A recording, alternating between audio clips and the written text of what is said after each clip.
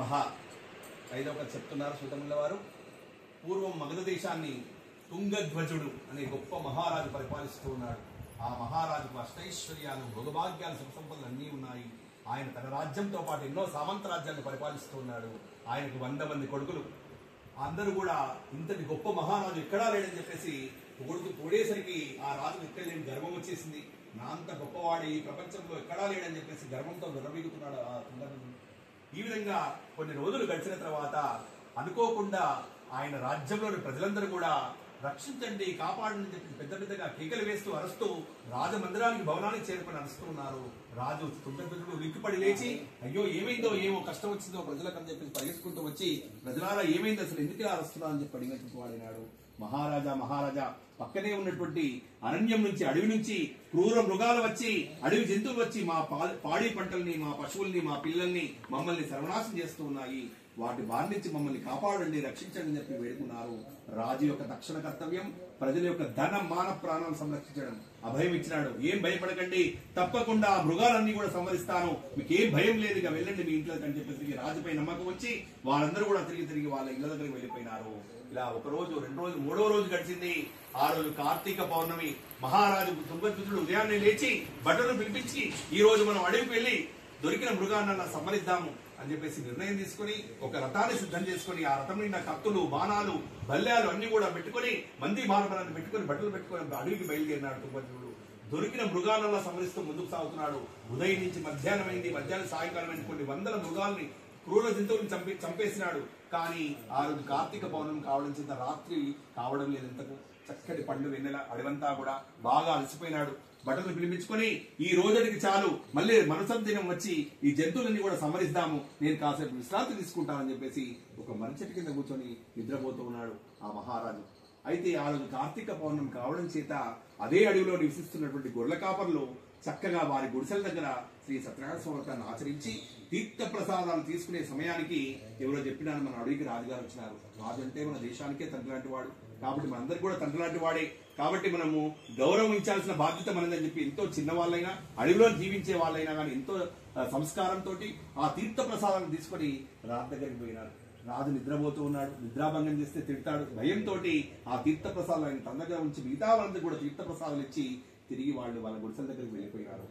కాసేపటి తర్వాత రాజు నిద్ర లేచినాడు. ఆ ప్రసాదం వైపు చూచి, ఇదేమిటి, ఎవరు పెట్టినారని చెప్పేసి అడిగినాడు.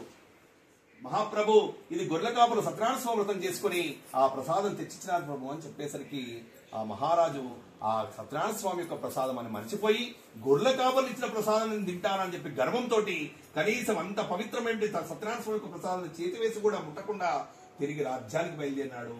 సత్యనారాయణ స్వామి ఊరుకుంటాడా?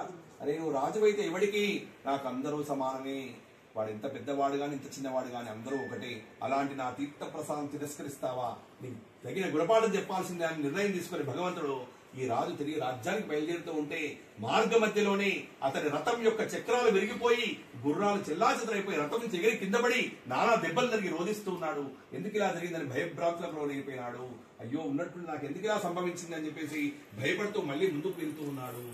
అయితే ఆ రాజ్యం నుంచి, తన రాజ్యం నుంచి ఒక దూత పరిగెత్తుకుంటూ వచ్చి, మహారాజా ఈ 100 మంది కొడుకులు ఎలాంటి అనారోగ్యం లేకుండా మృత్యువాత పడ్డానని చెప్పేసరికి ఇంకా నెత్తి కొట్టుకుంటూ ఏడుస్తున్నాడు. అయ్యో, నా వారసులంతా చనిపోయినారే, అయ్యో నా బ్రతికి ఎందుకు ఇలా జరిగింది, నాకు ఎందుకు ఇలా సంభవిస్తుంది, ఎందుకు ఇంత కష్టం వస్తుంది నాకు అని భయపడుతూ మళ్ళీ రాజ్యానికి వెళ్తూ ఉన్నాడు.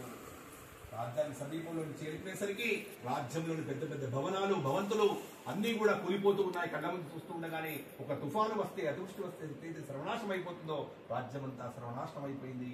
ఆ రాజును ఆ దృష్టిని చూడలేక నెత్తి కొట్టుకుంటూ రమోదుకు ఒత్తుకుంటూ ఏడుస్తూ ఉన్నాడు. అయ్యో, నాకు ఎందుకు ఇలా జరిగింది, నేను చేసిన పాపం ఏమిటని చెప్పి ఏడుస్తూ భయపడుతూ ఉన్నాడు. అప్పుడు పండితులందరూ కూడా వచ్చి జరిగిన విషయమంతా కూడా తెలుసుకుని, మహారాజా మీరు ఎంత పెద్ద పొరపాటు చేసినారో తెలుసా, అతి పవిత్రమైన సత్యనారాయణ స్వామి ప్రసాదాన్ని తిరస్కరించడం వల్లే మీకు ఇంత పెద్ద కష్టం వచ్చింది. ఇప్పటికైనా మీరు వెంటనే శ్రీ సత్యనారాయణ స్వామి చేసుకోండి, లేకపోతే మీకు చాలా కష్టాలు వస్తాయని చెప్పి హెచ్చరించినారు.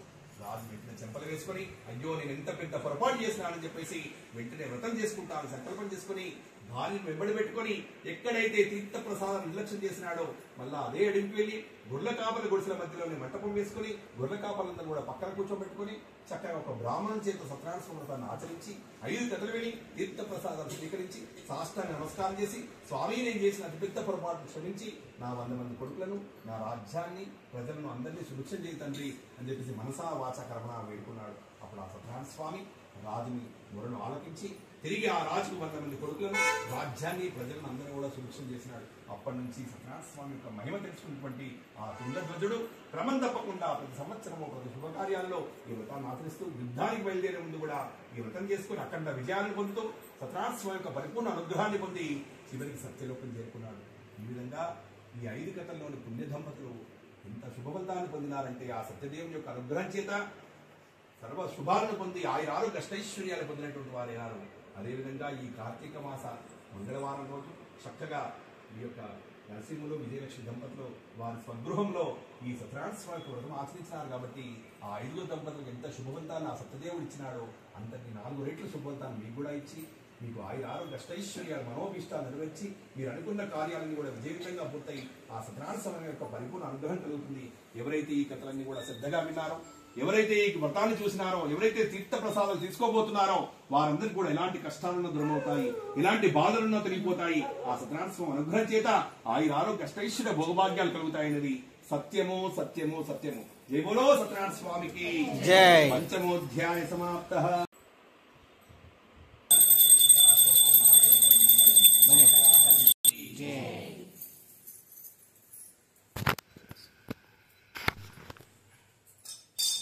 వీరవేంకట సత్యనారాయణ స్వామి దేవతాభ్యో నమః. మహానైవేద్యం సమర్పయామి. ఓం భూర్భువస్వః తత్సవితుర్వరేణ్యం భర్గో దేవస్య ధీమహి ధియో యో నః ప్రచోదయాత్. ఓం ఆపో చతుర్థం తం బ్రహ్మ భూర్భువస్వరోం. కళ్ళు మూసుకొని రెండు స్వాహ. ఓం ధ్యానాయ స్వాహ. ఓం సమానాయ స్వాహ. ఓం ఉదానాయ స్వాహ.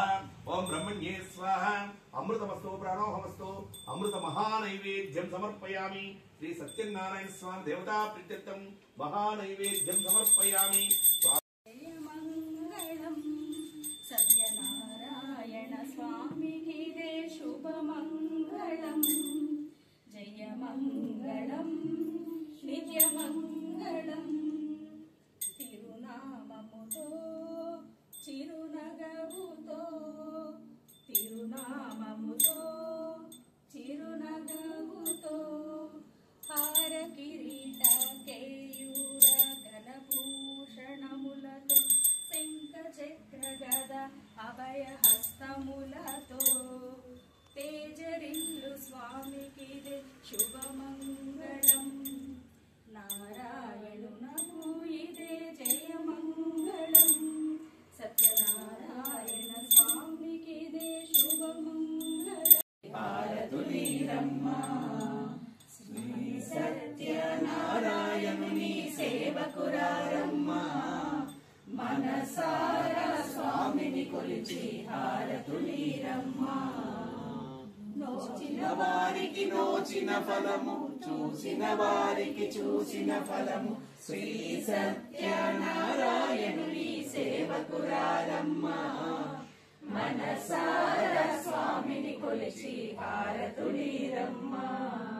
ఏ వేళైనా ఏ శుభమైనా కొలిచే దైవం ఈ దైవం.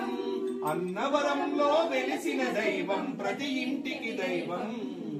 శ్రీ సత్యనారాయణుని సేవకురారమ్మ.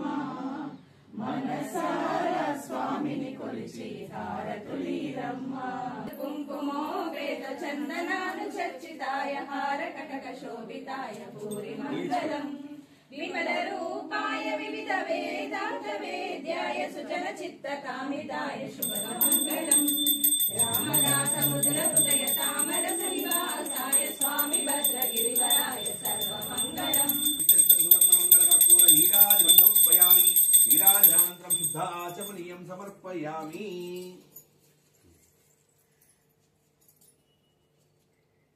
మంగళం భగవాన్ విష్ణు, మంగళం గరుడధ్వజ, మంగళం లక్ష్మీనాథ, మంగళం త్రైలోక్యం గురుం. ఇద్దరు తీసుకొని అందించేయండి.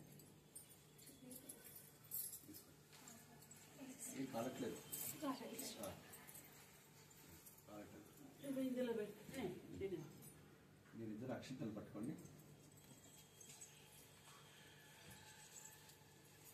ఓం శ్రీ రమా సీత సత్యనారాయణ స్వామి దేవతాభ్యర్మః మంత్రపుష్ప అన్యథా శరణం నాత్మే శరణం మమ తస్మాత్ కారుణ్య భావేన రక్ష రక్షో శ్రీ రమా సహిత వీర వెంకట సత్యనారాయణ స్వామి దేవతాభ్యర్మః రక్ష రక్షో పరమేశ్వరః రక్ష రక్షో జగదీశ్వరః.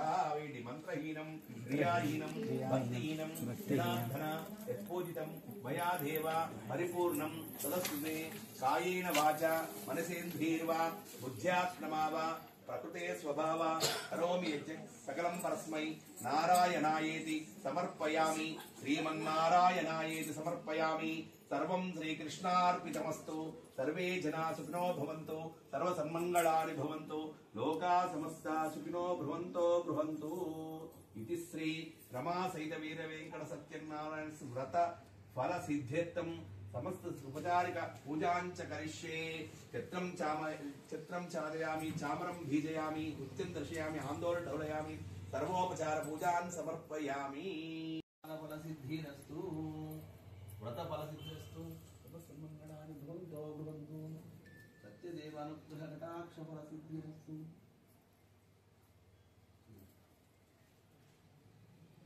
పంచామృతం ఎక్కడుంది?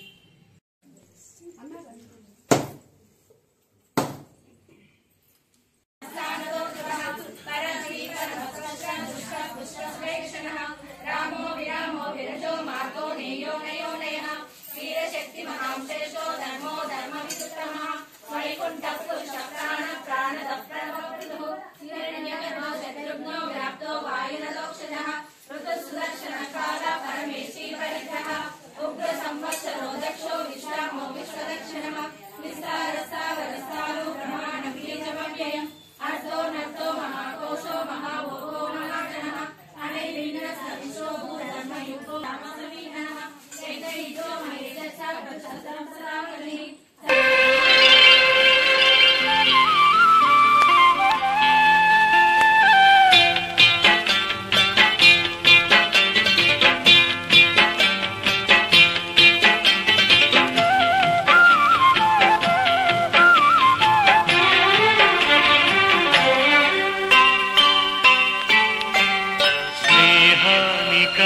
మిన్న లోకాన లేదురా